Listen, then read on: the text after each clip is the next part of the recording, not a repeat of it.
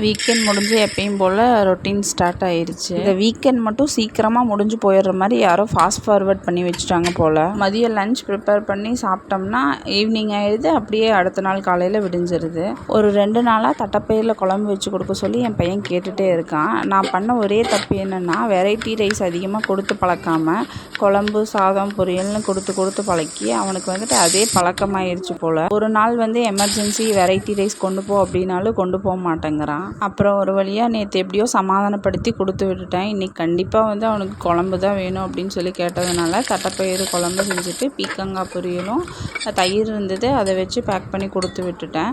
ஸ்நாக்ஸுக்கு எப்பயுமே ஃப்ரூட்ஸு இல்லைனா நட்ஸ் அந்த மாதிரி தான் கொடுத்து விட சொல்லி அவங்க ஸ்கூலில் சொல்லியிருக்காங்க. அதனால் முடிஞ்ச வரைக்கும் ஃப்ரூட்ஸு டேட்ஸு அந்த மாதிரி தான் கொடுத்து விடுவேன். இந்த மந்த் ஸ்டார்ட் ஆனதுலேருந்து ஸ்கூலில் ஏதாவது ஒரு காம்படிஷன் அந்த மாதிரி வச்சுட்டே இருக்காங்க.